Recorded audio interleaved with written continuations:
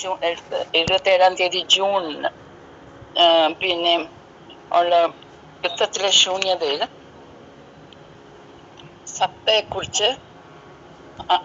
സത്യത്തെക്കുറിച്ചാണ് പ്രതിപാദിക്കുന്നത്. അപ്പോൾ ഇതിനകത്തെ ആദ്യത്തെ പാരഗ്രാഫില് നമുക്ക് സാധകർക്കുണ്ടാവുന്ന ഉണ്ടാവുന്ന ഓരോ ആശയങ്ങളെ കുറിച്ചാണ്. അതായത് ഒരു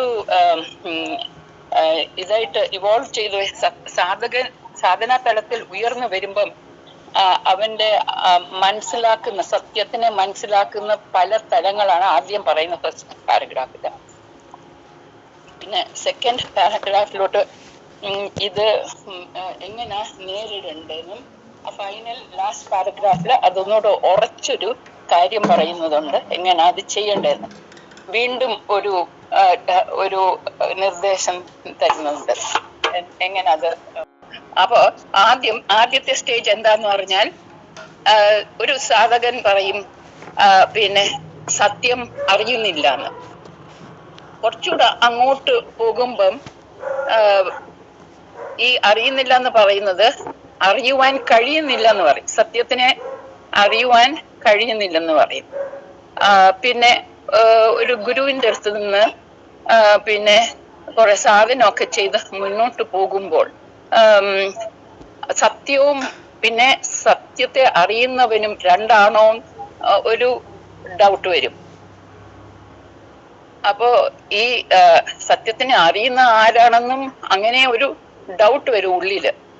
അപ്പൊ അങ്ങനെ വരുമ്പം പിന്നെ വേറെ പിന്നെ മനസ്സ് പിന്നെ കുറച്ച് കഴിയുമ്പം അത് തന്നെ പിന്നെ ഗുരുവാക്യങ്ങളൊക്കെ കേട്ട് പിന്നെ ഉള്ളിൽ ആ മനസ്സ് പറയും, സത്യം ബോധ്യപ്പെടുമ്പോൾ ആ മനസ്സ് പറയും ഒന്നാണ് എന്നായിരിക്കും, അങ്ങനായിരിക്കും പറയുന്നത്.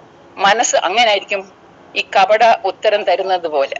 അത് പക്ഷെ അറിഞ്ഞിട്ടല്ല, അത് പിന്നെ ഗുരുവാക്യങ്ങളൊക്കെ കേട്ട് അങ്ങനെ പറയുന്നത്. അപ്പോ പിന്നെ വേറെ ഒരു രീതിയിലും അത് മനസ്സിലാക്കാം. പക്ഷെ അവിടെ മനസ്സിന്റെ കാര്യം ഇപ്പൊ നമ്മൾ പറയുന്നത് വിവേക ബുദ്ധിയുടെ കാര്യമല്ല. വിവേക ബുദ്ധി ഉണ്ടായിരുന്നെങ്കിൽ അത് ശരിക്കും അത് ഗ്രഹിച്ചിട്ട് പറയുള്ളൂ. അപ്പൊ ഈ പറഞ്ഞ രണ്ട് കാര്യം, അതായത് പിന്നെ സത്യത്തിനെ അറിയാന് പിന്നെ കഴിവില്ല, അല്ലെങ്കിൽ പിന്നെ ഇത് രണ്ട് കാര്യം പറഞ്ഞത്. അതായത് സത്യത്തിനെ അറിയുന്നവനും പിന്നെ സത്യം രണ്ടും ഒന്നാണെന്ന് അറിയുന്നതും. ഈ രണ്ട് കാര്യം പറഞ്ഞ ആള് പിന്നെ മനസ്സ് പറയും പിന്നെ ഇത് അപ്പോഴും ബോധ്യപ്പെട്ടിട്ടില്ലല്ലോ എന്ന് പറഞ്ഞാൽ, കാരണം എന്താന്ന് പറഞ്ഞാല് ബോധ്യപ്പെട്ടിട്ടല്ലോ എന്ന് പറഞ്ഞാല് അറിഞ്ഞില്ലല്ലോ എന്നുള്ളൊരു രീതിയില് കേട്ട് മനസ്സിലായി ഈ മനസ്സ് പറഞ്ഞു കൊടുത്തിട്ട് അപ്പോഴും പറയുന്നത് പിന്നെ ബോധ്യമായിട്ടില്ലല്ലോ എന്ന് ഉള്ള കാര്യം. അപ്പോൾ ഞാനും സത്യവും രണ്ടായില്ലേ, ഇപ്പോൾ ഉള്ള എനിക്ക് അങ്ങനെയാണ് തോന്നുന്നത്. മനസ്സ് പറയും ഇപ്പോഴുള്ള എനിക്ക് അങ്ങനെയാണ് തോന്നുന്നത്. ഇപ്പോ അങ്ങനാണെങ്കിൽ ഇങ്ങനെ ഈ കാര്യം ചിന്തിച്ചവൻ ഇപ്പൊ എന്റെ കാര്യം ഇങ്ങനാണ്, എനിക്ക് ഇങ്ങനാ തോന്നുന്നത്. ആ പറഞ്ഞവനും ആ സത്യവും തമ്മിൽ വ്യത്യാസം ഉണ്ടോ? ഇവിടെ സത്യമേ ഉള്ളൂ എങ്കിൽ ഇപ്പോഴത്തെ ഞാനും രണ്ടാണോ? അങ്ങനെ ഒരു സംശയം വരും. അപ്പൊ അതാണ് ഗുരുജി പറയുന്നത്, ഈ പല തരത്തിൽ ഉള്ള സംശയങ്ങൾ അബൌട്ട് സത്യം അവന്റെ മനോതലത്തിൽ നിന്ന് ഇങ്ങനെ പലതും വ്യാഖ്യാനിച്ചു വരുമ്പം ഇത് ഉണ്ടാവും.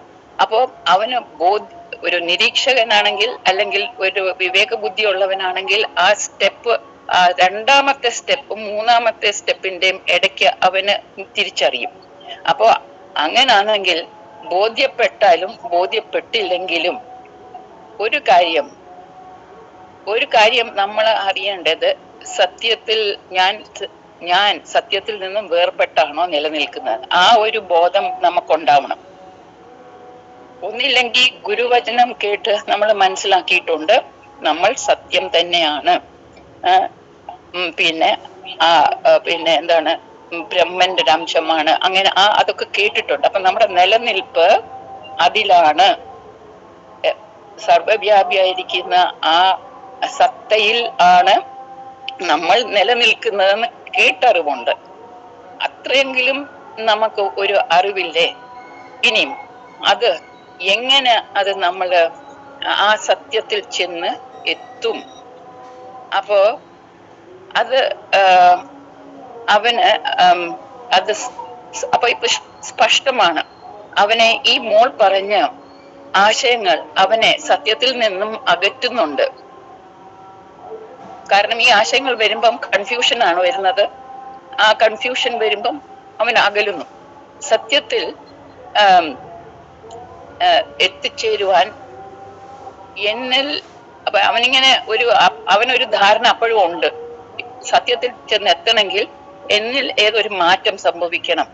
ആ മാറ്റം സംഭവിക്കുമ്പോൾ ഞാന് സത്യശാസ്ത്രം നേടും.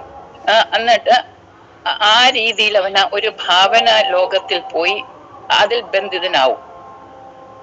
പിന്നെ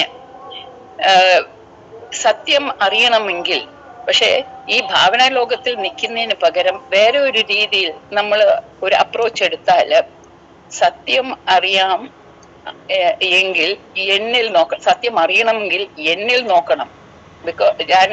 കാരണം സത്യം ഉള്ളത് കൊണ്ടാണ് ഞാൻ നിലനിൽക്കുന്നത്. അപ്പോ അതായത് സത്തയിലാണ് നമ്മൾ നിലനിൽക്കുന്നതെന്ന് അറിയുമ്പോ, ആ സത്യത്തിലാണ് നമ്മൾ നിലനിൽക്കുന്നതെന്ന് അറിയുമ്പം ഈ ആശയക്കുഴപ്പങ്ങളോ ആശയക്കുഴപ്പത്തിൽ നിൽക്കാതെ നമ്മൾ പോകണ്ടേ ഉള്ളിലോട്ടാണ്. കാരണം നമ്മൾ മനസ്സിലാക്കിയിട്ടുണ്ട്, സാധന ചെയ്യുമ്പം ഇപ്പൊ ഇതിനു മുമ്പേ പറഞ്ഞതുപോലെ എന്തോ മാറ്റം സംഭവിക്കണം എന്ന് പറഞ്ഞാൽ അത് എടുപിടിയിൽ നടക്കുന്ന കാര്യമൊന്നുമില്ല. ആ സംഭവം, ആ മാറ്റം വരണമെങ്കിൽ വർഷങ്ങൾ എടുക്കും ഈ ആശയങ്ങളൊക്കെ മാറ്റാന്. അപ്പോ അത് നടന്നെന്ന് വിചാരിച്ചോളൂ. ഈ പല സ്റ്റേജസും പിന്നെ സാധക് കടന്നു പോയി എന്ന് വിചാരിച്ചോളൂ. അപ്പൊ ആ സ്റ്റേജ് കഴിയുമ്പം അവന് ഇങ്ങനെ അവന് അവെയർ ആവുമ്പോ അവൻ ഇങ്ങനത്തെ ആശയക്കുഴപ്പങ്ങളൊക്കെ ഉണ്ട്. പിന്നെ കുറച്ചുകൂടെ ഫോക്കസ്ഡ് ആവണം സത്യത്തിനെ അറിയാൻ. സത്യം അറിയണമെങ്കിൽ എന്നിൽ നോക്കണം, അതാണ് വേണ്ടത്. അപ്പൊ ആര് നോക്കും? നിരീക്ഷകൻ നിരീക്ഷിക്കേണ്ടതാണ്. എന്തിനെ? സത്യമായ എന്നെയും. മനസ്സിലായോ? എന്നെയാണ് നോക്കണ്ടേ. അപ്പൊ നിരീക്ഷകൻ അകത്തോട്ട് നോക്കണം എന്ന് പറഞ്ഞാല് ആരെയാ നോക്കണ്ടേ? ഈ വേണ്ടാതീന ആശയക്കുഴപ്പങ്ങളൊക്കെ ഉണ്ടായ ഇവോൾവ് ചെയ്ത് വന്ന് ഈ ചോദ്യമൊക്കെ ചോദിച്ചത് സത്യത്തിലാണല്ലോ ഞാൻ നിലനിൽക്കുന്നത്. അതെ, എങ്ങനെ അറിയണം എന്ന് പറയുമ്പം ഒരു കാര്യം മനസ്സിലാക്കണ്ടേ, ആ നിരീക്ഷകൻ നിരീക്ഷിക്കേണ്ടത് എന്നെയാണ്, സത്യമായ എന്നെയാണ്. അപ്പോ അതാ ഗുരുജി പറയുന്നത്, നിങ്ങള് പലതിനെയും പുറത്ത് നിങ്ങള് പൂച്ചയും ഈച്ചയും എല്ലാത്തിനെയും പുഴയും എല്ലാം പിന്നെ വേറെ കാഴ്ചയും നിങ്ങൾ നിരീക്ഷിക്കും എങ്കിൽ ആ നിരീക്ഷകൻ തന്നെയാണ്. ശരിക്കും പറഞ്ഞാൽ നിങ്ങൾ പുറത്ത് കാണുന്നതും നിങ്ങളെ കാണുന്നതും എല്ലാം ആ നിരീക്ഷകനാണ് ചെയ്യുന്നത്. അതിനൊരു മാറ്റവും ഇല്ല. സത്യം അവിടെ തന്നെ ഉണ്ട്. അതാണ് അതിന്റെ ഏറ്റവും വലിയ കാര്യം. അത് നിങ്ങൾക്ക് അത് മനസ്സിലാവുന്നുണ്ടോ എനിക്കറിയില്ല. സത്യം അവിടെ തന്നെ ഉണ്ട്. അപ്പം നിരീക്ഷകനില് എന്തോ ഉണ്ട്? സത്ത ഉണ്ട്. അതൊരു വലിയൊരു അറിവ് തന്നെയല്ലേ? സത്യം ആ നിരീക്ഷകനിൽ ഉണ്ട്. നമ്മൾ പറഞ്ഞത് ഇതിനു മുമ്പേ എന്താണ് പിന്നെ ആ വാതിന്റെ അടുത്ത് ആ ത്രെഷോൾഡിന്റെ ഇപ്പുറം നിൽക്കുന്നതാണെന്ന്. ഇപ്പൊ എന്താ ഗുരുജി കുറച്ചുകൂടെ ഒരു റെവലേഷൻ തന്നു. നിരീക്ഷകനില് സത്തയുണ്ട്, അതിനും ഒരു മാറ്റവുമില്ല. അപ്പോ അങ്ങനെ നോക്കുമ്പോ അതൊരു മഹത്തായ ഒരു ഇൻഫർമേഷൻ ആണ്. ഒന്നോർത്ത് നോക്കിക്കേ, നമ്മൾ ഇത്രയും ദിവസം നമ്മുടെ ധ്യാനാത്മക മനസ്സ് വാർത്തെടുക്കാൻ നമ്മൾ ചെയ്ത എഫേർട്ട്, നമ്മൾ പറഞ്ഞു വിവേക ബുദ്ധി എന്നൊക്കെ പറഞ്ഞത്, അവസാനം ഈ നിരീക്ഷകൻ അത് ചെയ്തുകൊണ്ടിരുന്നു എന്ന് പറഞ്ഞാൽ എന്താ അതിന്റെ അർത്ഥം? ആ ആബ്സല്യൂട്ട് തന്നെ നമ്മളെ ഗൈഡ് ചെയ്യുമായിരുന്നു എന്നല്ല അതിന്റെ അർത്ഥം. ഒരു അപ്പൊ അതിലും അപ്പൊ സത്യം അവിടെ തന്നെ ഉണ്ട്, അതിനും ഒരു മാറ്റം ഇല്ല. അതിനെ പിന്നെ ഒരു മാറ്റത്തിനും അതിനെ മാറ്റാൻ സാധിക്കില്ല. അത് ഉള്ളതാണ്. അപ്പോ ആശയക്കുഴപ്പങ്ങൾ കൂടാതെ ഇരിക്കാൻ ഉള്ള ശ്രമം ആണ് നമ്മൾ നടത്തേണ്ടത്. ആശയങ്ങൾ കൊണ്ട് ഒതുക്കണം. അപ്പോ നിരീക്ഷകൻ പിന്നെ കൂടുതൽ ആക്റ്റീവായി വരണം. അപ്പൊ നമ്മളിങ്ങനെ ആശയക്കുഴപ്പങ്ങൾ പലതും വരും, അത് നമ്മളെ ഇന്ന് സത്യത്തിൽ നിന്ന് മാറ്റുന്നതാണ്. എന്നിട്ട് രണ്ട് കാര്യം ഗുരുജി പറയുന്നുണ്ട്. ആശയത്തിന്റെ രണ്ട് പഴഞ്ചൊല്ലിൽ പറയുന്നുണ്ട്. ഒന്നാണെങ്കിൽ പിന്നെ എന്താണ്, കണക്ക് വെക്കണ എല്ലാം കൊടുക്കുന്നതിന്. മറ്റേ ഒരു കാര്യത്തിൽ പറയുമ്പം ഒരു പിന്നെ ഓപ്പോസിറ്റ് മീനിങ് എടുക്കുന്നതിന്, കിട്ടുന്നതിന് ഒരു കണക്ക്. അത് അപ്പൊ അത് രണ്ടും ഓപ്പോസിറ്റ്. എന്താ പറഞ്ഞാലും ആശയങ്ങൾ കണക്ക് വെക്കുന്നതും അല്ലാത്തതും അളക്കുന്നതും ആ ആശയങ്ങൾ എല്ലാം നമ്മള് പിന്നെ കൂടുതൽ അതിന് കേൾക്കാതിരിക്കണം. അതിന് മുമ്പേ ഗുരുജി പറയുന്നുണ്ട്, ഇത് മുന്നോട്ട് പോകണമെങ്കിൽ ശരിക്കും എല്ലാ ആശയങ്ങളും നമ്മൾ ഷട്ട് ഓഫ് ചെയ്യണം, കേൾക്കരുത്. അത് ഒരു നല്ലൊരു മാർഗം തന്നെയാണ്. കാരണം ഒരു സ്റ്റേജ് കഴിയുമ്പം നമ്മള് ഈ പുറത്തെ ഈ കാര്യങ്ങൾ ഒക്കെ പിന്നെ നമ്മള് കേട്ടിട്ടുണ്ടാവാം. നമ്മൾ കേട്ടിട്ടുണ്ടല്ലോ തെറ്റ്, ഈ വിഷയാസക്തി മൂലം ഉണ്ടാവുന്ന കുറെ വികാരങ്ങളും പിന്നെ കാമക്രോധാദികളെല്ലാം ഉണ്ടാവുന്നതും അതിന് മൂലം ഉണ്ടാവുന്ന അറ്റാച്ച്മെന്റ്, സംഘം മൂലം അറ്റാച്ച്മെന്റ് ഉണ്ടാവുകയും അതിന് പുറമെ ഉണ്ടാവുന്ന ആ കാര്യങ്ങൾക്ക് ഉപരി അതിനെ ബേസ് ചെയ്ത് പിന്നെ വ്യവഹാരം, ബാഹ്യ ലോകത്തിലെ വ്യവഹാരം നിന്ന് ആശയങ്ങൾ ഉണ്ടാകുന്ന ഇതൊക്കെയാണ് നമ്മളെ ഈ പിന്നെ കെട്ടിക്കുമിഞ്ഞു കിടക്കുന്ന ഈ ധാരണകളൊക്കെയാണ് നമ്മുടെ മനസ്സിൽ ഇങ്ങനത്തെ സംശയങ്ങൾ വരുത്തിയിട്ട് നമ്മളെ സത്തയിലോട്ട് നീങ്ങാതെ എതിർദിശയിലോട്ട് നമ്മളെ കൊണ്ടുപോകുന്നത്. അതുകൊണ്ട് ബെസ്റ്റ് തിങ് ഈസ്, ലാസ്റ്റിൽ ഗുരുജി പറയുന്നുണ്ട്, ഇത് കേൾക്കാതിരിക്കണം. ആശയങ്ങൾ ഉണ്ടാവുകയാണെങ്കിലും അത് പ്രൊമോട്ട് ചെയ്യാതെ ഈ നിരീക്ഷകൻ തലത്തിൽ നിന്ന്, അല്ലെങ്കിൽ ഇങ്ങനെ പറ ഉന്നത ബുദ്ധി അങ്ങനെ പറ, അല്ലെങ്കിൽ യൂസേ വിവേക ബുദ്ധി, എന്തായാലും. പക്ഷെ അവിടെ ഒരു വിവേചിച്ചറിയുന്ന ഒരു ശക്തി അവിടെ ഉണ്ട്. ശരിക്കും പറഞ്ഞാൽ അത് സത്ത തന്നെയാണ്. അപ്പോ ആ ഒരു തലത്തിൽ നിന്നും ഇതിനെ ഒക്കെ നിരീക്ഷിക്കുക. പിന്നെ അത് മാത്രമല്ല, ഈ ഗുരുജി പറഞ്ഞ വേറൊരു സജഷൻ, ഈ നിമിഷത്തിൽ നിന്ന് നമ്മൾ ചെയ്താൽ ഓരോ ടൈംലെസ് ആയിട്ടുള്ള ഈ നിമിഷത്തിൽ നിന്ന് ചെയ്തുകൊണ്ടിരുന്നാൽ ആ ടൈംലെസ് സോണിലോട്ട് നിലനിൽക്കുന്നത് പോലെ വരും. നമ്മൾ ഗുരുജിയുടെ അടുത്ത് ഇവിടെ ധ്യാന കേന്ദ്രത്തിൽ വരുമ്പം ചെയ്യുന്ന ആ 5D അവിടെ ആ ടൈംലെസ് ഒരു സ്റ്റേറ്റിലാണ് നമ്മൾ നിൽക്കുന്നത്, ടൈം അറിയുന്നില്ല. അപ്പോ ഈ പ്രസന്റിൽ നിന്ന് അങ്ങനെ ചെയ്യുമ്പം ആ ഒരു തലത്തിലായിരിക്കും നമ്മൾ മുന്നോട്ട് പോകുന്നത്. അങ്ങനെ നിത്യജീവിതത്തിൽ അത് എല്ലാ കർമ്മങ്ങളിലും ഏർപ്പെട്ടിരുന്ന ഒരു ഗൃഹസ്ഥനാവുമ്പോൾ നല്ല ചാൻസ് ആണ് ഇത് പ്രാക്ടീസ് ചെയ്യാൻ. അങ്ങനെ പോയാൽ സ്വാഭാവികമായിട്ട് ഇത് വരുന്നതാണ്, ആ ടൈംലെസ്നെസ്സിലോട്ട് പോകുന്നത്, ധ്യാനാത്മക മനസ്സിലോട്ട് പോകുന്നത്. ആ ധ്യാനാത്മക മനസ്സ് അതുപോലെ അങ്ങോട്ട് കൂടി വരുമ്പം ആ നിരീക്ഷണവും സൈഡ് ബൈ സൈഡ് രണ്ടും ഇങ്ങനെ നടന്നു പോകുമ്പം വലിയ എഫേർട്ട് ഇല്ലാതെ നമുക്ക് ആ ഒരു പിന്നെ നമ്മൾ പോലും അറിയാതെ ചില മറ്റേ ആശയക്കുഴപ്പങ്ങളിൽ നിന്നും അത് കുറഞ്ഞു കിട്ടും. അതിന് നമ്മൾ ചെയ്യുന്നതൊന്നുമല്ല, ചില കാര്യങ്ങളൊക്കെ പൊളിച്ചു മാറ്റുക. ഇതിന് മുമ്പേ ഉള്ള ഇന്നലത്തെ ടോക്കിൽ ഗുരുജി പറഞ്ഞായിരുന്നു, ചില കാര്യങ്ങള് പിന്നെ ആശയങ്ങള് പൊളിച്ചു മാറ്റുക, അതൊന്ന് മതി. പിന്നെ അനദർ തിങ്, പ്രസന്റ് നിൽക്കുക. മൂന്നാമത് വേറൊരു കാര്യോട് ഗുരുജി ആഡ് ചെയ്യുന്നുണ്ട്, കേൾക്കാതിരിക്കുക. ആശയങ്ങൾക്ക് കൂടുതൽ ഒട്ടലില്ലാതെ അതിന് കൂടുതൽ ഇമ്പോർട്ടൻസ് കൊടുക്കാതെ തള്ളിക്കളയണം.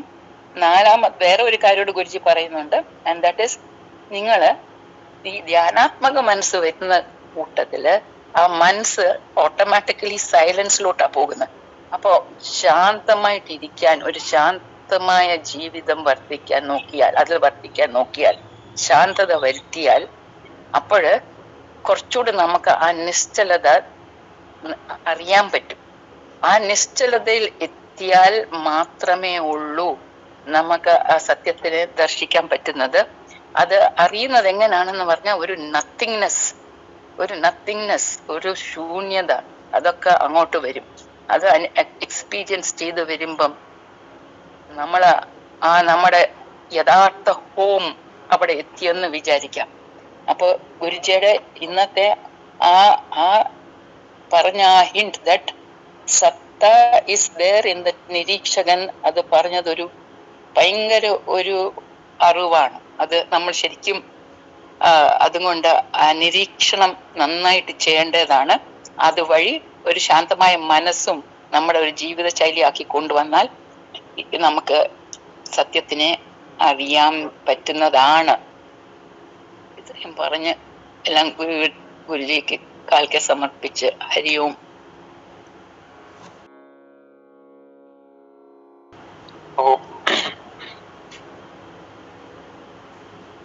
നമ്മള് സാധകരെല്ലാവരും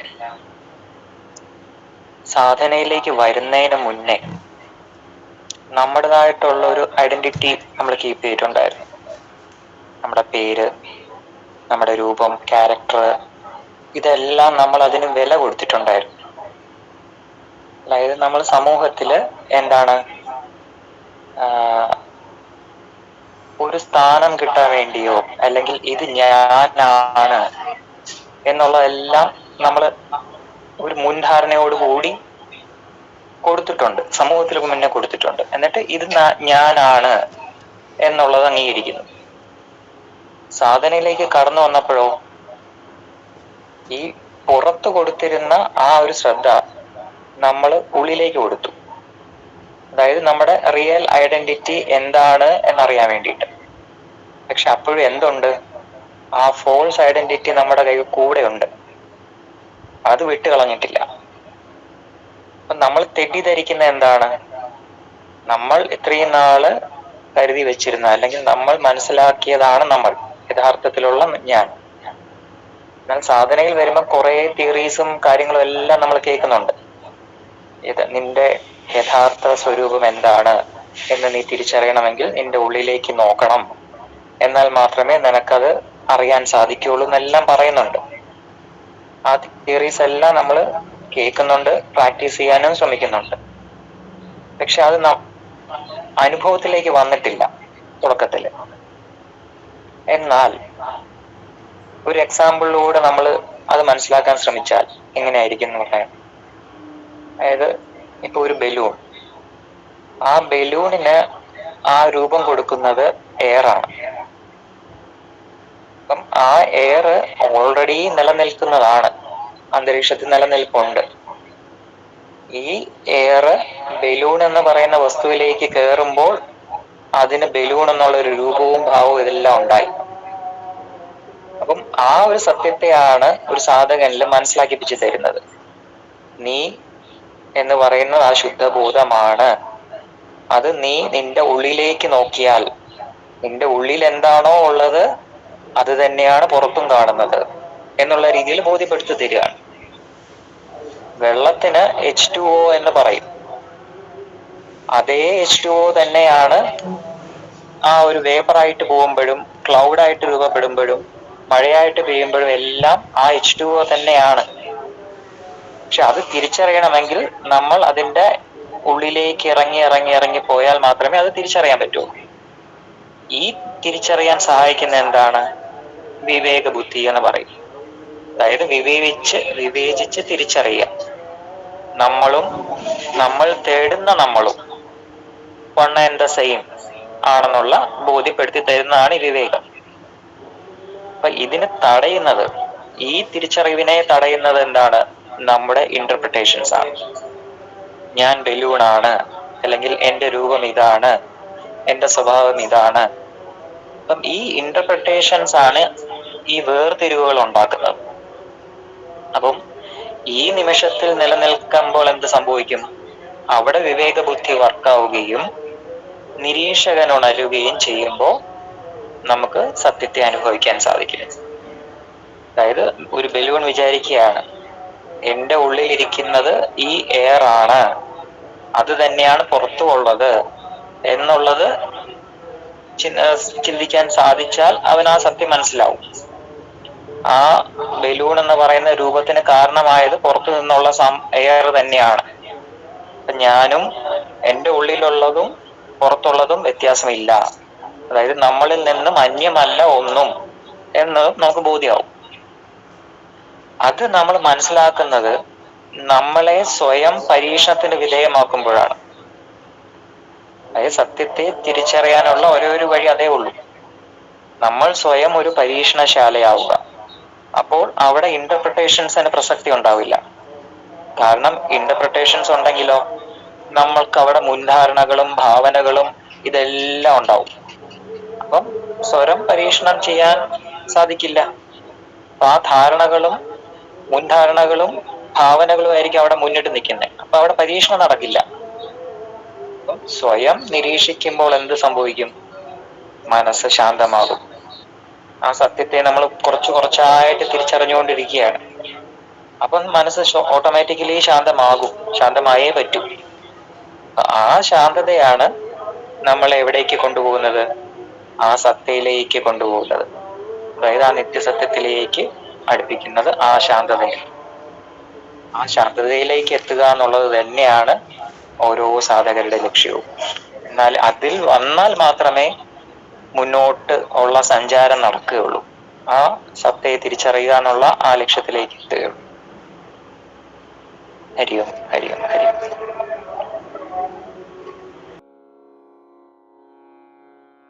ഇന്നത്തെ വൃത്തത്തിലെ ശൂന്യതയിൽ അത് വായിക്കുമ്പോൾ പുള്ളി നമ്മളെ ഒരു മൗനത്തിലേക്ക് കൂട്ടിക്കൊണ്ടുപോകുന്നു എന്നാണ് അനുഭവപ്പെട്ടത്. കാരണം മനസ്സിന് ചെവി കൊടുക്കരുത് എന്ന് ഗുരുജി ആവർത്തിച്ച് പറഞ്ഞു തരുന്നു. സത്യത്തെക്കുറിച്ചുള്ള സാധകന്റെ ചോദ്യങ്ങൾക്കെല്ലാം ആദ്യ ഉത്തരം നൽകുന്നത് മനസ്സായിരിക്കും. അപ്പൊ മനസ്സ് മാറുന്നത് കൊണ്ട് മനസ്സ് പറയുന്ന ഉത്തരങ്ങൾ മാറിക്കൊണ്ടിരിക്കും. അത് ഗുരുജി ആദ്യം വിശദമായി പറയുന്നുണ്ട് അവിടെ. അപ്പൊ ഇവിടെ രണ്ട് ചോദ്യങ്ങൾ പ്രസക്തമാണ്. സത്യമല്ലാത്ത മനസ്സിന് സത്യത്തെ എങ്ങനെ ഉൾക്കൊള്ളുവാൻ കഴിയും? മനസ്സിന് സത്യത്തെക്കുറിച്ച് എന്ത് ഉത്തരം നൽകാൻ കഴിയും? ഒരു സാധകനെ ആഴത്തിൽ ചിന്തിക്കേണ്ടതാണ്. കാരണം നമ്മൾ മനസ്സിന്റെ തലത്തിൽ നിന്ന് കഴിഞ്ഞാൽ ഉണ്ടാകുന്ന ബുദ്ധിമുട്ടുകളാണ് ഗുരുജി വ്യക്തമാക്കി തരുന്നത്. സത്യത്തെക്കുറിച്ച് അറിയാൻ ശ്രമിക്കുമ്പോൾ പല ഉത്തരങ്ങളാണ് മനസ്സ് പല സമയത്ത് തരുന്നത്. ഗുരുവിനെ കണ്ടാൽ പോലും ആ മനസ്സിന്റെ തലത്തിൽ നമ്മൾ നീങ്ങിയിട്ടില്ലെങ്കിൽ ആ ഉത്തരങ്ങൾ ഇങ്ങനെ പലതായി വന്നുകൊണ്ടിരിക്കും. മാത്രമല്ല മനസ്സിന് കാണേണ്ട രീതിയിൽ കാഴ്ചകളെ കാണുന്നു, മനസ്സിന് കേൾക്കേണ്ടതുപോലെ മനസ്സ് കേൾക്കുന്നു. ഒരു വ്യക്തി ഒരു കാര്യം പറഞ്ഞാൽ അത് കേൾക്കുന്നവർ അവരുടെ മനോതലം അനുസരിച്ച് പലതരത്തിലായിരിക്കും അതിനെ ഉൾക്കൊള്ളുന്നത്. എന്നുവെച്ചാൽ പറയുന്നത് ഒരേ കാര്യമാണെങ്കിലും പലതരത്തിലായിരിക്കും ഉൾക്കൊള്ളുന്നത്. അപ്പൊ മനസ്സ് കണ്ടതിനെയും കേട്ടതിനെയും രുചിച്ചതിനെയും കുറിച്ച് നിർവചനങ്ങൾ നടത്തിക്കൊണ്ടിരിക്കുകയാണ്. ഈ നിർവചനങ്ങളിലൂടെ വ്യാഖ്യാനങ്ങളെ സൃഷ്ടിക്കുന്നു, പലതരം ആശയങ്ങൾ ഉണ്ടാവുന്നു. മനസ്സ് സൃഷ്ടിച്ചു വിട്ട ആശയങ്ങൾ ആശയക്കുഴപ്പങ്ങൾക്ക് കാരണമാകുന്നു. അപ്പൊ ഇതൊക്കെയാണ് നമുക്ക് ഈ സത്യത്തെ അറിയാൻ ഉള്ള ആ ഒരു സാധനയിൽ വരുന്ന തടസ്സങ്ങളെല്ലാം. മനസ്സ് സൃഷ്ടിച്ച് വെക്കുന്ന തടസ്സങ്ങൾ ഓരോന്നിനെ കുറിച്ച് ഇവിടെ വിവരിക്കുന്നുണ്ട്. അതുപോലെ തന്നെ ആത്മീയതയിൽ തന്നെ പല ആശയങ്ങളുണ്ട്. സാധകൻ അവന്റെ ഗുരുവിന്റെ വചനങ്ങളെ പ്രമാണമായിട്ട് സ്വീകരിക്കുന്നു. പല ആശയങ്ങളെ നമ്മൾ പിറകെ പോയി കഴിഞ്ഞാൽ വീണ്ടും ആശയക്കുഴപ്പങ്ങളായിരിക്കും ഉണ്ടാകുക. അപ്പൊ നിരീക്ഷകൻ നിരീക്ഷിക്കേണ്ടത് സത്യമായിരിക്കുന്ന എന്നെയാണ്. അതായത് നിരീക്ഷകനിലൂടെ മാത്രമേ നമുക്ക് ആ സത്യത്തെ കണ്ടെത്താൻ കഴിയുള്ളൂ. നമ്മുടെ ഉള്ളിൽ സത്യം ഉണ്ടെന്ന് ഈ നേരത്തെ പറഞ്ഞതുപോലെ നമുക്കത് ബോധ്യപ്പെടണമെങ്കിൽ നിരീക്ഷകന്റെ സഹായം അത്യാവശ്യമാണ്. പ്രത്യേകിച്ച് മറ്റൊരു കാര്യം കൂടി ഇവിടെ പറയുന്നുണ്ട്. സത്യത്തിന് മാറ്റമില്ല, മാറാതെ നിൽക്കുന്ന എന്നെ നിരീക്ഷകൻ നിരീക്ഷിക്കുന്നു. അപ്പൊ നമുക്കറിയാം ശരീരം മാറിക്കൊണ്ടിരിക്കുന്നു, മനസ്സും ചിന്തയും ചിത്തവും ബുദ്ധിയും എല്ലാം മാറിക്കൊണ്ടിരിക്കുന്നു. ഇതെല്ലാം മാറിക്കൊണ്ടിരിക്കുമ്പോഴും മാറാതെ നിൽക്കുന്ന എന്നെ മാറാതെ നിൽക്കുന്ന നിരീക്ഷകൻ നിരീക്ഷിക്കുന്നു. നിരീക്ഷകനും മാറ്റമില്ല. നിരന്തരമായ നിരീക്ഷണത്തിലൂടെ മനസ്സിനെ ശാന്തമാക്കാൻ ഗുരുജി ഉപദേശിക്കുന്നു. മനസ്സ് ശാന്തമാകണമെങ്കിൽ നിരീക്ഷണം ശക്തമാക്കണം.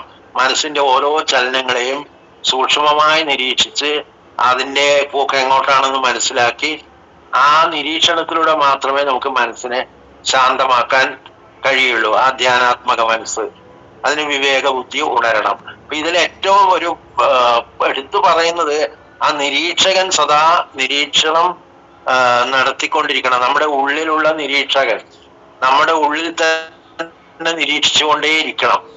അപ്പൊ ഈ ശാന്തമായ മനസ്സ് വരുമ്പോൾ അവിടെ ആശയങ്ങളെ വ്യാഖ്യാനിക്കുന്നില്ല. ആ ധ്യാനാത്മകമായ മനസ്സിന് മാത്രമേ നിശ്ചലതയിലേക്ക് പ്രവേശിക്കാൻ കഴിയൂ. ഈ നിരീക്ഷണം സൂക്ഷ്മമാകുമ്പോൾ നിശ്ചലതയും നീണ്ടു നിൽക്കുന്നു. നമ്മൾ നിരീക്ഷകനിൽ നിന്ന് അകലുമ്പോ മനസ്സ് വീണ്ടും പ്രവർത്തിക്കും. അപ്പൊ നിരീക്ഷകന്റെ തലം ഉയരുന്നതിനനുസരിച്ച് ഞാൻ ആ പരമമായ ഒരു വഴി നിങ്ങളിൽ ഉള്ളതിനെ പൂർണ്ണമായി നിരീക്ഷിച്ച് അറിയുകയാണ് വേണ്ടത്. അത് ഗുരുജി അവസാനം അത് വളരെ വ്യക്തമായിട്ട് പറയുന്നുണ്ട്. സത്യത്തെ കണ്ടെത്താൻ ഒരേ ഒരു വഴി നിങ്ങളിൽ ഉള്ളതിനെ പൂർണ്ണമായി നിരീക്ഷിച്ച് അറിയണം. അപ്പൊ നിരീക്ഷണം തുടർന്നുകൊണ്ടേയിരിക്കണം. നിരീക്ഷണം തുടർന്നുകൊണ്ടേ ഇരുന്നാൽ മാത്രമേ നമുക്ക് ആ സത്യം എന്നുള്ള അറിവും അറിയുന്നവനും ഒന്നാകുന്നു. അതാണല്ലോ ലക്ഷ്യം. അപ്പോ ഇത്രയാണ് ഇന്നത്തെ വൃത്തത്തിലെ ശൂന്യതയെ കുറിച്ച് പറയാനുള്ളത്. Hari Om. Hari Om. Hari Om.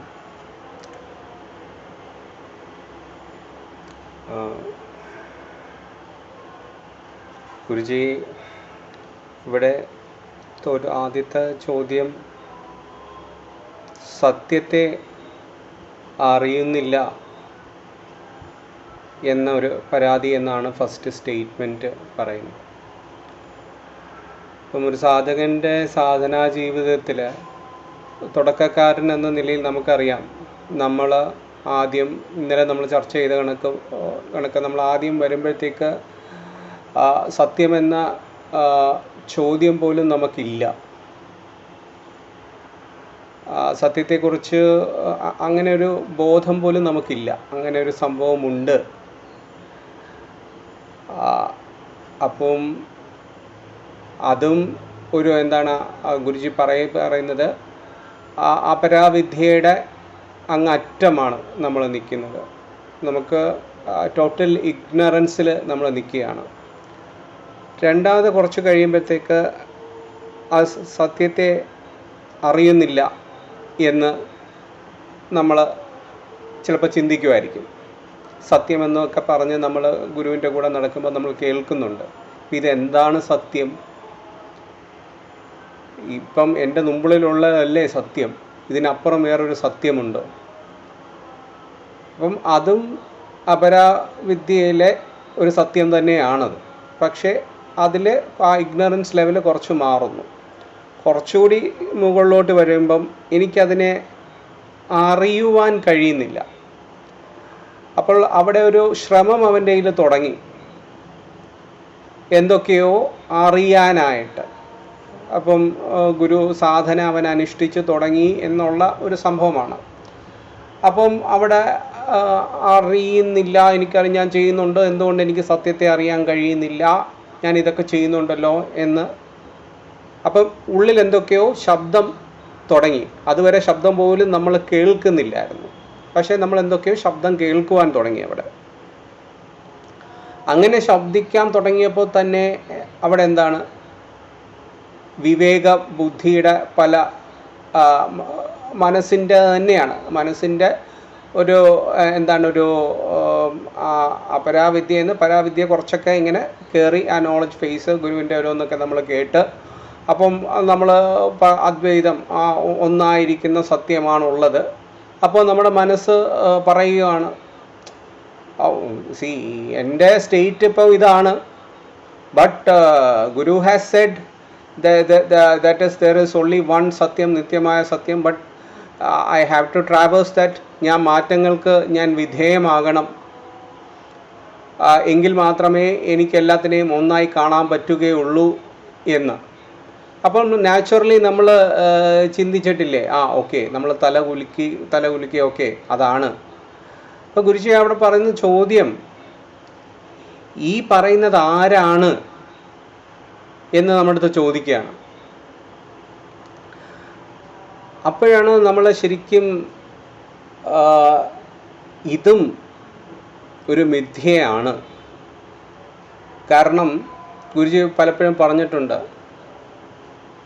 Don't blindly believe in words unless you have experienced it. അപ്പോഴാണ് നമ്മൾ മനസ്സിലാക്കുന്നത് ഇപ്പോഴും നാം ഈ നിമിഷത്തിലല്ല, വ്യാഖ്യാനങ്ങളിൽ തന്നെയാണ് ഞാൻ നിൽക്കുന്നത്. അപ്പം ഈ പറയുന്നത്, അപ്പം ആ യൂണിവേഴ്സൽ നോളജിനെ കുറിച്ച് പല ഇൻപുട്സും നമുക്ക് വരുന്നുണ്ട്. പക്ഷേ എന്താണ് അവിടെ നമുക്ക് ഉള്ള ആശയങ്ങൾ. അപ്പം പഴയത് മാറി, ഇപ്പോൾ ഗുരുജി പലപ്പോഴും പറയുന്ന കണക്ക് പുതിയ വീഞ്ഞ് ആയി കുപ്പിയിൽ, അത് മാത്രമേ ഉള്ളൂ. ബട്ട് പിന്നെയാണ് ഗുരുജി നമ്മളെ അടുത്ത ഒരു ഇതിലേക്ക് നമ്മളെ കൊണ്ടുപോകുന്നത്. ആശയങ്ങൾ എങ്ങനെയാണ് ഇതിൻ്റെ അപ്പുറം പോകുന്നത്, ഇതിൻ്റെ മാർഗം നമുക്കുണ്ടോ, എങ്ങനെയാണ് നമ്മളെ സത്യത്തെ മനസ്സിലാക്കുക, എവിടെ ഞാൻ നോക്കണം, മനസ്സ് ഇങ്ങനെയൊക്കെ ചാൻറ്റ് ചെയ്യുന്നുണ്ട്. അപ്പോൾ ഗുരുജി പറയുന്നത്, ഞാൻ തന്നെയാണ് സത്യം, ആ സത്യത്തിലാണ് ഞാൻ നിലനിൽക്കുന്നത്. പക്ഷെ അതും ഒരു സ്റ്റേറ്റ്മെൻ്റ് അല്ലേ? അത് നമുക്കറിയാം, നാം പലപ്പോഴും നമ്മൾ കേട്ടിട്ടുണ്ട്. പക്ഷേ ഗുരുവിനോട്, ആ ബോധപ്രാപ്തനോട് സഞ്ചരിച്ചവർക്കറിയാം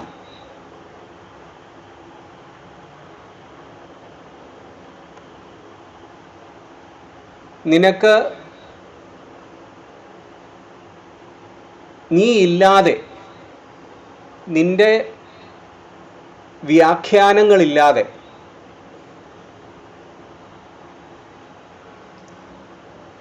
നിൽക്കുവാൻ കഴിഞ്ഞിട്ടുണ്ട്.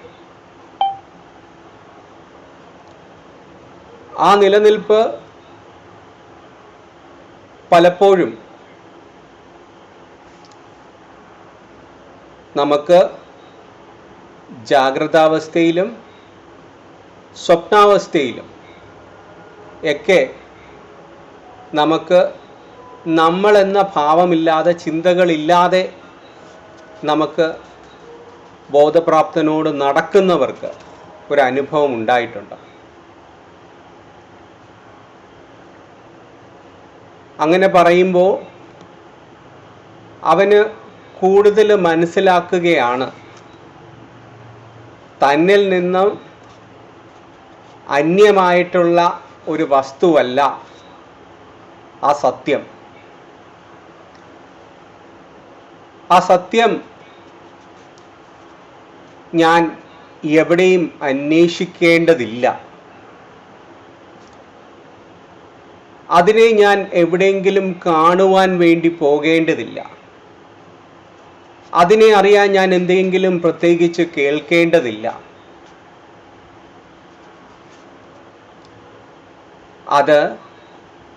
അതായി നമ്മളിൽ ഉണ്ട് എന്നൊരു ബോധ്യപ്പെടൽ അവനിലുണ്ടാകുന്നു. അപ്പം അവനറിയാതെ തന്നെ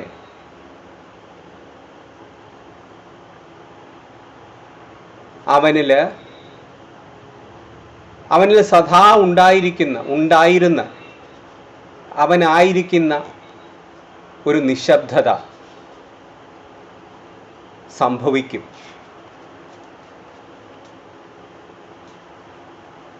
അവിടെ നിശബ്ദത നമുക്ക് സൃഷ്ടിക്കുവാൻ കഴിയില്ല.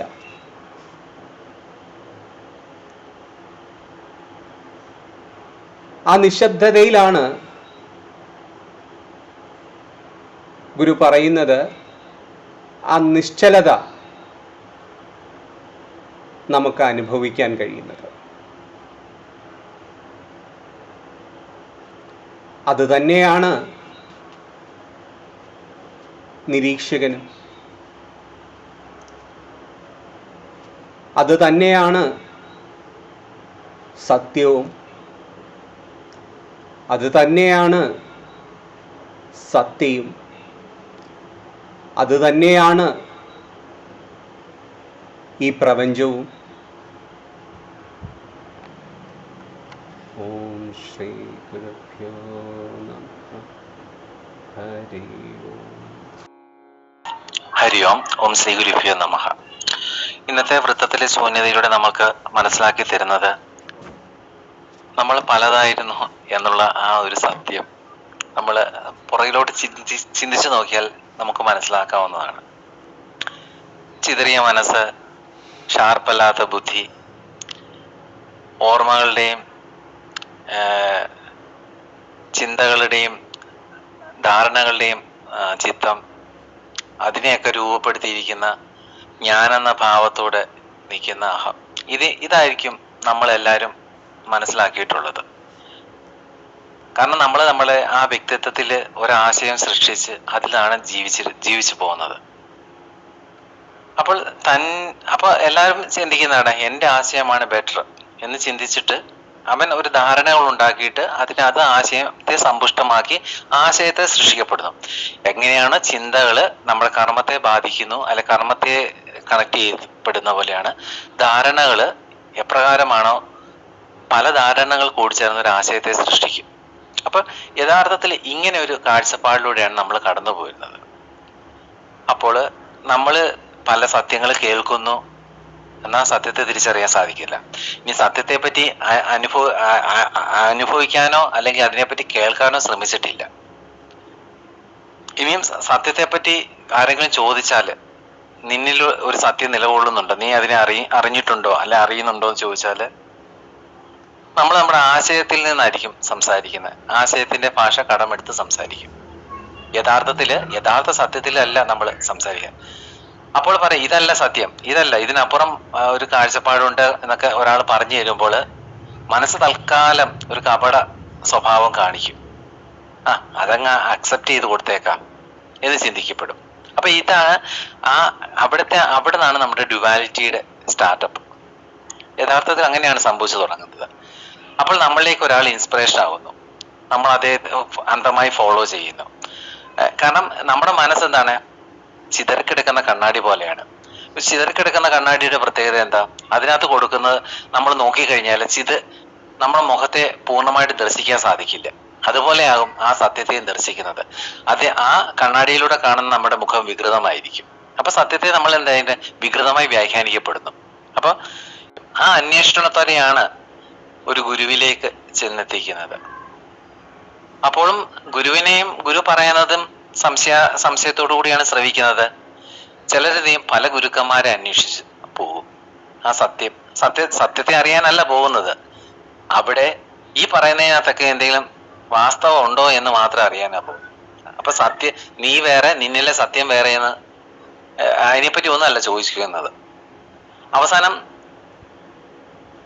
എപ്പോഴെങ്കിലും അവന്റെ ധാരണകൾ പൊളിച്ചെടുക്കാൻ അല്ലെങ്കിൽ അവന്റെ പ്രാമാണികത വെച്ചുള്ള ആശയങ്ങളെ ഒന്ന് വ്യാഖ്യാനിക്കാതിരുന്ന് ശ്രമിച്ചു നോക്കുമ്പോൾ തീർച്ചയായിട്ടും അവിടെ സംഭവിക്കും അവന് തിരുത്തലുകൾ വേണമെന്ന് അവൻ സ്വയം തിരിച്ചറിയും. ഇവിടെയും മനസ്സ് വളരെയധികം പൂർവാധിക ശക്തിമായി പിന്തുണ നൽകും. അത് താൽക്കാലികം മാത്രമാണ്. നമ്മൾ മുന്നോട്ട് പോകുന്നു. ക്രമേണ ഇപ്പൊ ഗുരുജിയെ കണ്ടെത്തി ഒരു സാധകനായി. അപ്പോൾ നമ്മള് ആ സമയങ്ങളിലൊക്കെ ഗുരുജി എപ്പോഴും പറയുന്നൊരു വാക്കുണ്ട്, അന്നുള്ള സത്യത്തിൽ വിശ്വസിക്കുക എന്ന്. അപ്പം അതിന്റെ ആധികാരികത എന്താണെന്ന് നമ്മൾ ചിന്തിച്ചിട്ടുണ്ട്. ഇന്നലെ കടന്നുപോയി, അപ്പൊ അന്നലെ ഒരു സത്യമുണ്ട്, ഇന്ന് വേറെ സത്യം ഉണ്ടാകുമോ? അപ്പൊ സത്യങ്ങൾ ഇങ്ങനെ മാറി മാറി വരുമോ എന്നൊക്കെയുള്ള ചിന്താഗതികളൊക്കെ മനസ്സിൽ വന്നിട്ടുണ്ട്. പക്ഷെ അവിടെ ഗുരുജി പറയുന്ന വാക്കുകൾക്ക് ജീവനുണ്ട് എന്ന് തിരിച്ചറിഞ്ഞു. അതുകൊണ്ടാണ് ഈ പഴഞ്ചൊല്ലുകൾക്ക് വ്യാഖ്യാനത്തിനാരും ശ്രമിക്കാത്തത്. കാരണം അതിന് ലിമിറ്റേഷൻസ് ഉണ്ട്. പക്ഷെ അവധൂത ചിന്തകൾക്ക് ലിമിറ്റേഷൻസ് ഇല്ല എന്നുള്ളത് നമുക്ക് മനസ്സിലാക്കുക. കാരണം ആ വാക്കുകൾക്ക് ജീവനുണ്ട്. അതിലാണ് നമ്മൾ കൂടുതൽ ശ്രദ്ധ ഊന്നി മുന്നോട്ട് പോയത്. കാരണം വാക്കുകളുടെ പിന്നിലുള്ള ജീവനെ ഞാൻ അറിഞ്ഞു തീർച്ചയായിട്ടും അറിഞ്ഞു. അതാണ് എനിക്ക് അവധൂത ചിന്തകൾ ഇപ്പോഴും എൻ്റെ മനസ്സിൽ ഭയങ്കരമായിട്ട് സ്വാധീനിക്കപ്പെടുന്നുണ്ട്. എൻ്റെ ഉള്ളില് അത് മനസ്സിലാണോ കൂടുതൽ പ്രകടിതമായി അന്ന് കണ്ടിരുന്നത്. അവിടുന്ന് നമ്മൾ മുന്നോട്ട് യാത്ര സാധകനായി കഴിഞ്ഞപ്പോൾ അപ്പോൾ ആദ്യമേ ഉണ്ടായിരുന്ന ആശയം അത് ഈശ്വരൻ വിഗ്രഹങ്ങളിലായിരുന്നു, അല്ലെ നമ്മൾ അവിടെ പോയി നിന്ന് ക്ഷേത്രങ്ങളിൽ മാത്രമേ ഉള്ളൂ ഈശ്വരൻ എന്നൊക്കെയുള്ള ആ കൺസെപ്റ്റാണ്. പിന്നെ പലതിലും വായിച്ചു കേട്ടു ഈശ്വരൻ സർവ്വവ്യാപിയാണ്, എന്നിലും നിന്നിലുമുണ്ട്, കല്ലിലും തൂണിലും തുരുമ്പിലും ഉണ്ടെന്നൊക്കെ ഇങ്ങനെ നമ്മൾ കേൾക്കുന്നു. അപ്പോൾ അതിനെ ഒന്നും വിശ്വസിക്കാൻ നമുക്ക് സാധിക്കില്ല. കാരണം എന്താണ്? എന്നിലും നിന്നിലും ഉണ്ട് എന്നുള്ള ഞാൻ വേറെ നീ വേറെ. അപ്പൊ എങ്ങനെ വിശ്വസിക്കും? അപ്പൊ ഇതാണ് ഈ ഒരു അടിസ്ഥാനമില്ലാത്ത ചില ചിന്താഗതികളിലാണ് നമ്മൾ നിന്നുകൊണ്ടിരുന്നത്. അപ്പോൾ സംഭവിച്ചത് എന്താണ്? നമ്മളില് രൂഢമൂലമായി നിലകൊള്ളുന്ന എന്താണ്? കപടമായ ഉത്തരങ്ങളും നമ്മളില് വ്യക്തമല്ലാത്ത ബോധ്യപ്പെടലുകളാണ് നിന്നെന്ന് മനസ്സിലാക്കേണ്ടി വരും. ഇനി അവിടുന്ന് നമ്മൾ കടന്ന് മുന്നോട്ട് പോയി സാധകന്റെ ലൈഫ് മുന്നോട്ട്. അപ്പൊ ഗുരുജി ഓരോ കാര്യങ്ങൾ ഇങ്ങനെ പറഞ്ഞു തരുന്നുണ്ട്. അപ്പോൾ നമ്മളെ എപ്പോഴും ഒന്നിൽ തന്നെ കുടുങ്ങി നിൽക്കരുത് എന്ന് പറയുന്നുണ്ട്. പലപ്പോഴും അങ്ങനെ നമ്മൾ ഒന്നിലും സ്റ്റിക്ക് ഓൺ ചെയ്ത് നിൽക്കരുത്. കാരണം അതിൽ മാറ്റപ്പെടാം. അപ്പൊ നമ്മൾ ക്രമാനുഗതമായി സാധകൻ എന്നുള്ള രീതിയിൽ ഗുരുജിയുടെ സത്സംഗങ്ങളും ടീച്ചിങ്സും ഒക്കെ കേട്ട് വന്നപ്പോൾ സംഭവിച്ചത് എന്താണ്? നമ്മൾ മാറ്റപ്പെട്ടു. പണ്ട് സത്യത്തെ പറ്റി ചോദിച്ചപ്പോൾ അറിയില്ല എന്ന് പറഞ്ഞത് അറിയാൻ ശ്രമിച്ചിട്ടില്ല, അല്ലെ അറിഞ്ഞിട്ടില്ല എന്നൊക്കെ നമ്മളതിനെ ആ ചോദ്യങ്ങളെ തന്നെ എന്ത് ചെയ്തു? പരിവർത്തനപ്പെടുത്തി. അപ്പൊ ചോദ്യങ്ങളിൽ മാറ്റം ഉണ്ടായോ? ആ ഘട്ടങ്ങളിൽ മാറ്റം വന്നത്. ഇനി അതിൽ നിന്നും നമ്മൾ എന്ത് ചെയ്തു? കടന്നു വന്നപ്പോൾ സംഭവിച്ചത് എന്നാൽ നമ്മളിലുള്ള എന്തോ ഒരു ഘടകമാണ്, അല്ലെ എന്തോ ഒന്നാണ് നമ്മളെ ഈ സത്യമായിട്ട് അല്ലെങ്കിൽ ആ സത്യമായിട്ട് നമ്മൾ കണക്റ്റഡ് ആവാതെ നിൽക്കുന്നതെന്നുള്ള ഒരു സത്യം പിന്നീട് തിരിച്ചറിഞ്ഞു. അപ്പോൾ അതിനുവേണ്ടിയുള്ള പ്രവർത്തനങ്ങളും കാര്യങ്ങളും ഒക്കെയാണ് നമ്മൾ ചെയ്തുകൊണ്ടിരുന്നത്. ശരിക്കും ആ സാധന പോലും നമ്മൾ എന്ത് ചെയ്യണേ? നമ്മുടെ മനസ്സ് ശുദ്ധമാകണം, അല്ലെങ്കിൽ ചിത്തത്തിൽ ശുദ്ധികലശം നടത്തണം എന്നൊക്കെ പറഞ്ഞ് ആ ഒരു രീതിയിൽ കാര്യങ്ങൾ കടന്നുപോയി. അപ്പോഴും എന്താണ്? ധാരണകൾ സൃഷ്ടിക്കുന്നുണ്ട്, ധാരണകളിലൂടെ ആശയങ്ങൾ സൃഷ്ടിക്കപ്പെടുന്നുണ്ട്. ഇവിടെ നമ്മൾ ആ ജീവനുള്ള വാക്കുകൾ ഗുരുവിൽ നിന്ന് ദർശിക്കാൻ തുടങ്ങിയപ്പോൾ, അല്ലെ കേൾക്കാൻ തുടങ്ങിയപ്പോൾ നമുക്ക് മനസ്സിലായി നമ്മൾ ധാരണകൾ നമ്മൾ കെട്ടിപ്പടുത്ത മൊത്തം ഗുരുജി പൊളിക്കപ്പെടുന്ന ഒരു പ്രോസസ്സ് നമ്മൾ നടക്കുന്നുണ്ടെന്ന് ബോധ്യപ്പെട്ടു. അപ്പോൾ എന്ത് ചെയ്തു? ആ നിത്യസത്യത്തെ പറ്റി മാത്രമാണ് ഗുരുജി സംസാരിക്കുന്നതെന്നും അതിലേക്കാണ് നമ്മളെ എത്തിക്കാൻ ശ്രമിക്കുന്നതെന്നും നമ്മൾ ബോധ്യപ്പെട്ടു. പിന്നെ ആ ബോധ്യപ്പെടലിലുള്ള സഞ്ചാരമായി നമ്മുടെ യാത്രകൾ. അപ്പോഴാണ് ഈ ടീച്ചിങ്സിനെ ശ്രദ്ധിക്കണം, ഗുരുവിന്റെ സത്സംഗങ്ങൾ ഫോളോ ചെയ്യണം, അതേപോലെ നമ്മൾ സാധനാദി കാര്യങ്ങളൊക്കെ അനുഷ്ഠിക്കണം. അങ്ങനെ സ്വാധ്യായം, നിധിധ്യാസനം, ആത്മവിചാരം എന്നൊക്കെ പറയുന്ന കുറേ സെഗ്മെന്റ്സ് നമ്മൾക്ക് മുന്നിലുണ്ട് എന്നൊക്കെ നമ്മളത് മനസ്സിലാക്കിയെടുക്കുന്നു. അപ്പോൾ ഇവിടെ ആ വ്യാഖ്യാനങ്ങൾ ഇല്ലാതാകുമ്പോൾ ഒരു വാക്കുകൾക്ക് അല്ലെ നമ്മൾ ഒന്നിനെ പറ്റി വ്യാഖ്യാനിക്കാതിരിക്കുമ്പോൾ അവിടെ അത് സ്റ്റോപ്പ് ആകുന്നതായി ഗുരുജി പറയുന്നുണ്ട്. ഇപ്പം നമ്മളോട് ചോദിക്കുക ഒരാള് മുട്ടയാണോ കോഴിയാണോ ആദ്യം ഉണ്ടായെന്ന ഒരു ചോദ്യം ചോദിച്ചാൽ അതിന് വ്യക്തമായ ആൻസർ നമുക്ക് ഇപ്പോഴും കൊടുക്കാൻ സാധിച്ചിട്ടില്ല. എന്തുകൊണ്ട്? സൃഷ്ടി നമ്മുടെ കയ്യിലുള്ളതല്ലായിരുന്നു. അതുകൊണ്ട് അപ്പൊ ഈ ഒരു അതിന് ആർക്കും ഉത്തരം സാധിക്കാത്ത എന്താ? നമ്മൾ അതിനെ കൂടുതൽ വ്യാഖ്യാനിക്കാൻ ശ്രമിച്ചിട്ടില്ല. അപ്പോൾ ഉത്തരങ്ങൾ അവിടെ നിശ്ചലമായി. അതൊക്കെ കഴിഞ്ഞ് കുറെ ഇങ്ങോട്ട് വന്നു കഴിഞ്ഞപ്പോൾ മീറ്റുമിയെ പറ്റി നിങ്ങൾ എന്താണ് മനസ്സിലാക്കിയിരിക്കുന്നത് എന്നൊക്കെ കുറെ ചോദ്യങ്ങളൊക്കെ ചോദിച്ചു. അതിൽ നിന്ന് മനസ്സിലാക്കിയത് എന്താണ്? ഇവിടെ ഒന്നിനെ പറ്റിയും ചർച്ച ചെയ്യുന്നില്ല, ഒരു നാമരൂപാധികളെയും ചർച്ച ചെയ്യുന്നില്ല.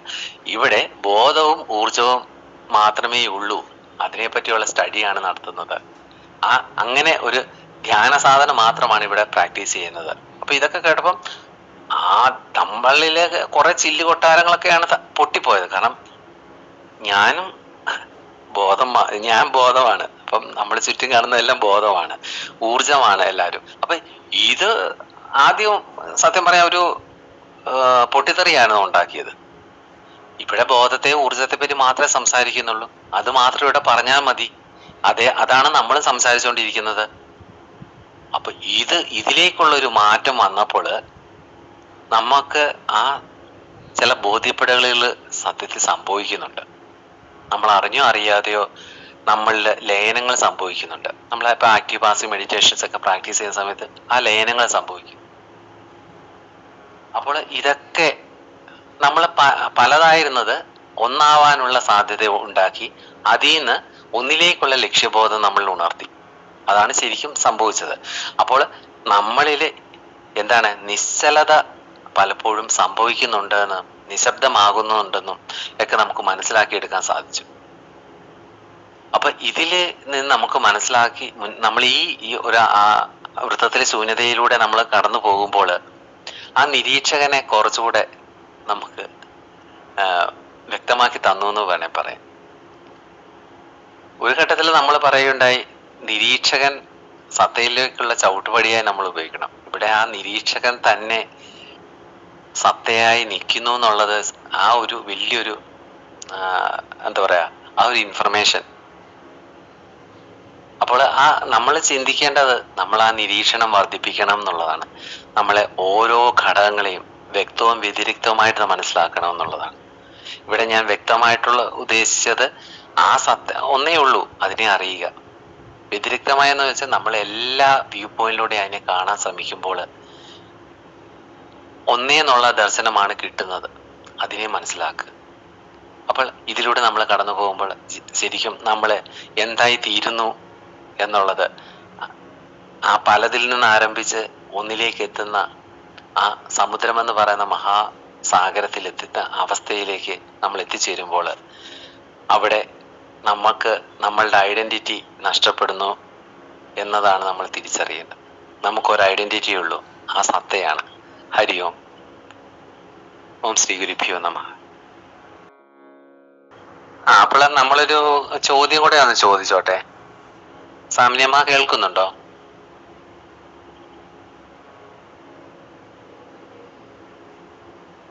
ശരജി കേൾക്കുന്നുണ്ട്.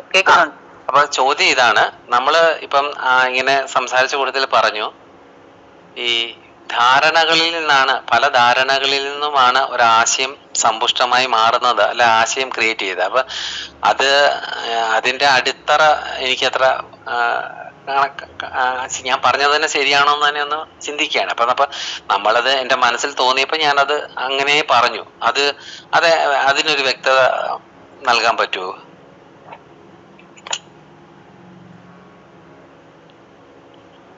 ആദ്യം ധരിക്കണ്ടേ,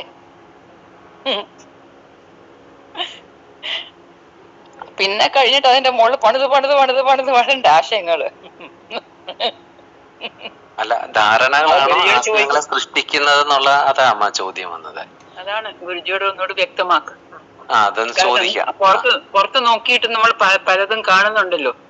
അതെ, നമുക്കൊരു എന്തെങ്കിലും നമ്മളൊരു ബിഗിനർ ആയിരിക്കുന്ന സമയത്ത് സത്യത്തെ പുറത്താണ് ശരിക്കും അന്വേഷിച്ചത്. കാരണം ബാഹ്യ വസ്തുക്കളിലൊക്കെയാണ് സത്യത്തെ ആരോപിച്ചുകൊണ്ട് നമ്മൾ ജീവിച്ചിരുന്നത്. അപ്പം സ്വാഭാവികമായിട്ടും അതായിരുന്നു അന്നത്തെ ധാരണകൾ. ആ ധാരണകള് നിന്നിൽ തന്നെ നിലകൊള്ളുന്ന ഈശ്വരൻ എന്നുള്ള അത് ഒരു ഗുരുവിനെ, പരമഗുരുവിനെ മാത്രമേ നമുക്ക് പറഞ്ഞു തരാൻ സാധിക്കുന്നുള്ളൂ. നിന്നിലും എന്നിലും അല്ലെ എല്ലാ സർവ്വചരാചരങ്ങളും നിലകൊള്ളുന്ന ഈ പ്രപഞ്ചത്തിലെ ഒരേ ബോധം മാത്രമാണ്, അല്ലെങ്കിൽ ഒരേ ഊർജമാണ് നിന്നിൽ സ്പന്ദിക്കുന്നത് എന്നുള്ളത് അത് പരമഗുരുവിനെ. അപ്പൊ അതുവരെ നമ്മൾ ഓരോ ധാരണകളിലാണ് ജീവിച്ചത്. ആ ധാരണകളാണ് ആശയങ്ങളായിട്ട് ഫോം ചെയ്തിട്ടുള്ളത്. അപ്പോൾ ഓരോ ആശയങ്ങളും ആണ് ഓരോ ഇസങ്ങളായിട്ട് മാറിയിട്ടുള്ളത്. മാത്രമേ പറയാം. അപ്പൊ അതിനൊരു വ്യക്തത പറ്റുമെങ്കിൽ ഗുരുജിയോട് ചോദിച്ചിട്ട് നമുക്ക് ആൻസർ കണ്ടെത്തണം എന്നുള്ളതാണ്.